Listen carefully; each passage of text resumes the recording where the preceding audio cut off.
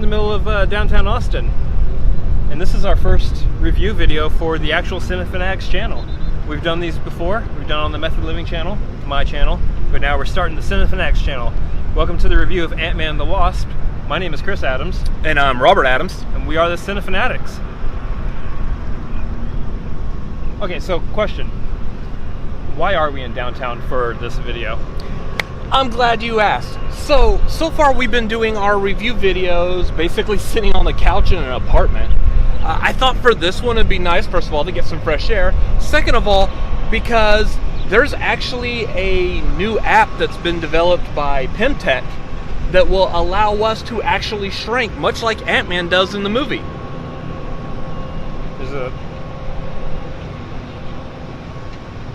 There's an app on the phone that will allow us to shrink. Yeah. By Pimtech? By Pimtech, yeah. You know, Hank Pym. Yeah. Anyways, I decided, why don't we come out here, shrink ourselves down into the grass right next to downtown Austin so we could get the, surreal view of how Austin looks from an ant's point of view. I'm not a believer, but let's give it a try. Alright, well, I'm assuming I'm gonna have to touch you for this because Yes. it's your phone. Yes. Boot this up and... Are you ready? Sure. Set. Go!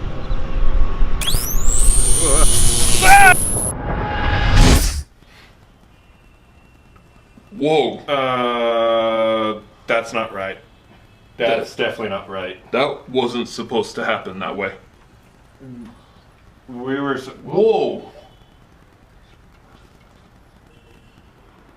Buildings aren't supposed to come up to my chest. Well, a small one can. We were supposed to shrink. Why did we grow?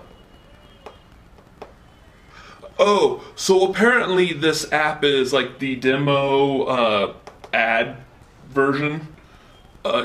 So it only allows you to grow, it doesn't allow you to shrink. So, which, I mean, in all honesty, Ant-Man spent just about as much of the movie big as he did small, so, I mean, we could just continue on with the review this way. Fair enough. Alright, so, like we said, this is going to be our Ant-Man and the Wasp review. Now, just to let you know off the top, we're doing spoilers in this. We're not going to do a spoiler-free, so if you haven't seen the movie, go watch it and then come back. We've learned by now that chances are for a Marvel movie, you're going to see it. Regardless of what we or anyone else on the internet say, you're going to go see it. So we might as well have a little fun with this and just talk about the fun parts of the movie. So here's some spoilers. That was a good movie. Alright, we're done. See you later. Okay, there were some actually really good parts to it. Alright, so right off the bat, you got Ant-Man 1 is Scott Lang learning how to become Ant-Man, and then you see him go off to help Captain America in Civil War.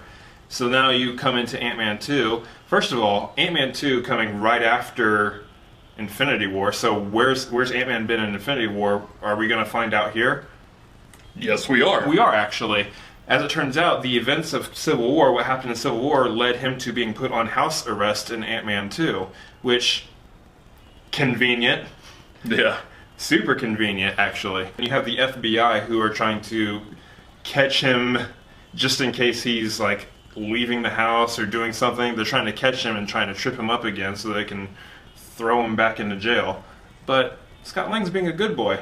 Until he gets, this weird vision of the quantum realm, and apparently Janet, Hank's wife, is talking to him through the quantum realm. They share some kind of a mental connection from the first movie, so he gets this connection, calls up Hank and says, hey, by the way, I feel like I talked to your wife, I think I know where she is, but hey, sorry to call and bother you. And then he gets kidnapped by Hank and Hope, and thus begins the movie. Pretty much. So, the whole point of the movie was that they were trying to get Janet out of the quantum realm, which, by itself, it doesn't sound like such an interesting story. Is the antagonist just science? Science! Actually, it kind of felt like that. Actually, kind of, almost. So the antagonist in the movie is a couple of them. Well, a couple of them. The main antagonist is a lady named Ghost. Yes. Who is trying to... phase shifting in and out has something to do with the quantum realm. Science! Science! She suffered from an explosion that her father, who is a scientist, was working on, and thus she was stuck in this state where she's kind of constantly phasing, and it was causing her a bunch of pain. So she is working with, and here's the spoiler, Bill Foster, played by Lawrence Fishburne. Mm-hmm. Didn't know that he was going to be a bad guy. I wouldn't say he was fully a bad guy. He still had some morals, really. But he cared for Ghost, and he wanted to help her. So she's trying to cure herself, and the only way she can do that is if she's working with Bill Foster to try to get the energy from the quantum realm. Basically from Janet's life force, essentially. Or something like that, whatever Something the science. Science! Science! Yeah. Science! Science! Anyway, the movie should have just been called Science. That being said, it was great. I actually did enjoy that storyline. There wasn't a whole need for a really overdeveloped antagonist, though they did a good job making Ghost endearing. At least in my opinion. Yeah. The other antagonist was Sonny Birch, who was also a character from the comic books. This was a guy that was basically, I guess, fencing the parts for Hope and Hank for their quantum realm tunnel machine thing that they were making. So yeah. And then he gets clued in as to who they are, what they're working on. He realizes he sees big dollar bill signs and he wants in on it, and they don't want him in on it, so he's chasing them around trying to steal the technology. Take a breath. From them. Take a breath. That is about it. Yeah, that was, his whole role in a nutshell right there. So as far as if we go back and we look at, let's say we look at the casting. Well, again, from the first movie, you got Paul Rudd, who, if you don't like Paul Rudd, you're not human. Paul Rudd is such a likable fellow. Mm-hmm. He's still a fantastic choice for this role. I love him in this role. I want to see more of him in this role. I'm excited to see the future of him in this role.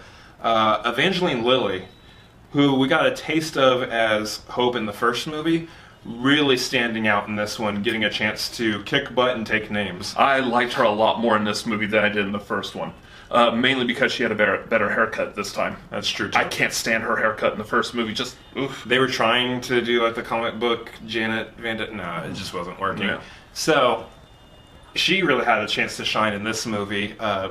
Ghost, again, for her, I really was endeared to her villain, her character, and I think that she did a fantastic job playing her. Mm-hmm. Hannah John Kamen. Yeah. Fantastic job. You really felt bad for her and her situation. Just another sympathetic Marvel villain. So they seem to be doing pretty well on this. I wouldn't say that she was the strongest of Marvel villains. No. But, she's definitely going to be a step up, in my opinion, from, Malekith or even possibly Ronan the Accuser. She was much better. She was what she needed to be for this movie. Yeah. Which I think was great.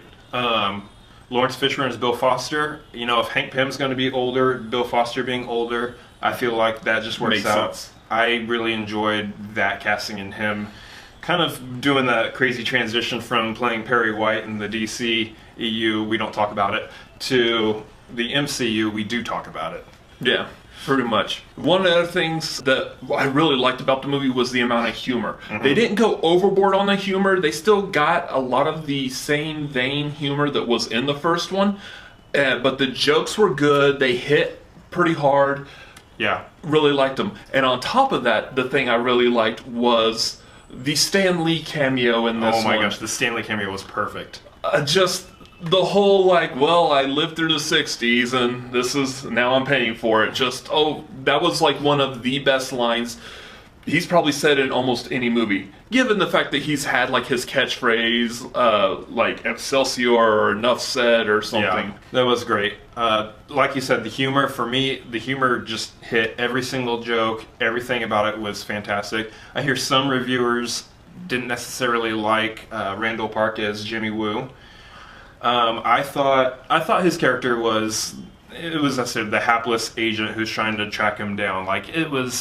It was fine for me. I didn't need much more out of that. I didn't expect too much more out of that, especially with who knows where S.H.I.E.L.D. is at and everything right now. So, yeah. I don't expect much more there.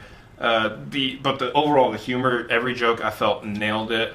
It was, and we've talked about this off camera, but I'll do it on camera. You have a movie called Ant-Man.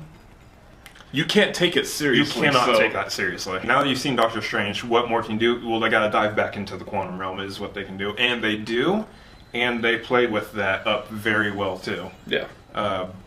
Just there's a whole scene where Hank Pym dives into the quantum realm. He's going after Janet now. Beautiful. It's a beautiful shot. I mean, everything in there, again, like you've seen Doctor Strange, you've seen the quantum realm and Ant-Man before.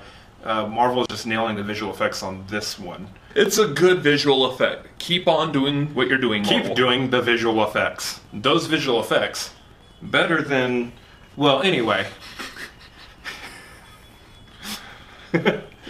Yeah, so, and then I think probably one of the last things I really had strong feelings about, and I'm pretty sure every single person who saw it, was the ending. You knew it was coming. We knew before going into this, and I'm pretty sure most general people knew that this was going to happen as well. Someone was going to get dusted. You had to tie it back to Infinity War some way. You had to tie it back to Thanos' snap and where the timeline fit. Yeah, so I like what Marvel did, because Marvel did two things that I thought were actually kind of funny with this movie. Well, not funny, but kind of helped with that scenario. Because I believe Marvel knew that we were all expecting that. Mm-hmm. So they threw a couple of twists in there. First twist was that whole scene when Scott goes back to the quantum realm. They're trying to talk to him and he doesn't respond. Are you there? What's going on, Scott? And then he responds. Like, the second that he doesn't respond like right away, we're all like, oh, there it goes. They got Ant-Man. And then he responds and you're like, oh, okay, that's cool. And then we go back and we see Scott in the quantum realm and he's talking to them and then they don't respond. Yeah. And you're like, oh, there it is. And then the camera switches to that perspective and all you see is... All we are is dust in the wind, dude. The second thing about that was that because they all got dusted, as far as we know right now, Scott's trapped in the quantum realm. We don't know if he has a device like he did in the first one to be able to get bring back him back out. out or not. Or if because he went in with the tunnel, if he needs to come out with the tunnel, we don't know what he's going to do. So we knew people were just going to be dusted, but... Except for one line which I don't know how many people are catching, but Janet did say something about a time vortex of some sort, going beyond a time vortex, when he was going in, or when he dived in there. Which right now, time seems like to be the biggest factor on how to fix Infinity War. That seems to be the only way. I mean, you have to go back before the events of Infinity War took place, and Ant-Man, that's why Marvel was talking up Ant-Man, saying like, no, this is going to be a big, important one. You want to go see this. Which the movie itself, not having too many connections to Infinity War other than that setting up at the end. Setting up where Ant-Man was the entire time. Then you get to the end, and that's when you find out the big connection. It's definitely worth the watch, at least just to find out, okay, what's Ant-Man been doing? Okay, now we see how they're possibly going to jump into Avengers 4. Yeah. Which we still don't know the title of as of this recording. Yeah. So overall, what would you probably rank this movie at? I mean, I really enjoyed it. I thought humor was top-notch, casting fantastic. The story was just, it was a great Marvel movie. You know how Marvel movies are, just an entertaining ride. I would say 4 out of 5 ants. Antonio Banderas. Antonio Banderas. Yeah. Yeah, I'd probably have to agree. I think 4 out of 5 Antonys or Antonio Banderas or whatever these little ants here at the bottom, which, I mean, that's some big ants because, I mean... Anyways. Ants grew too. Yeah. So, yeah, probably about 4 out of 5, I would agree. Now that we're this big and much closer to the sun, this is getting really, really hot. Yeah, the sun is about as hot as an apartment full of studio lights. Seriously. Jeez. I think we should look at trying to shrink down.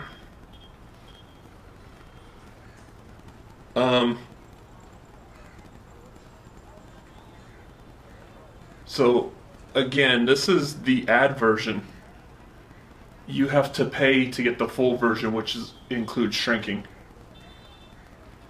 Oh, well, then let's just pay for it real quick and we can solve this problem. Where's your wallet? I left it in the car.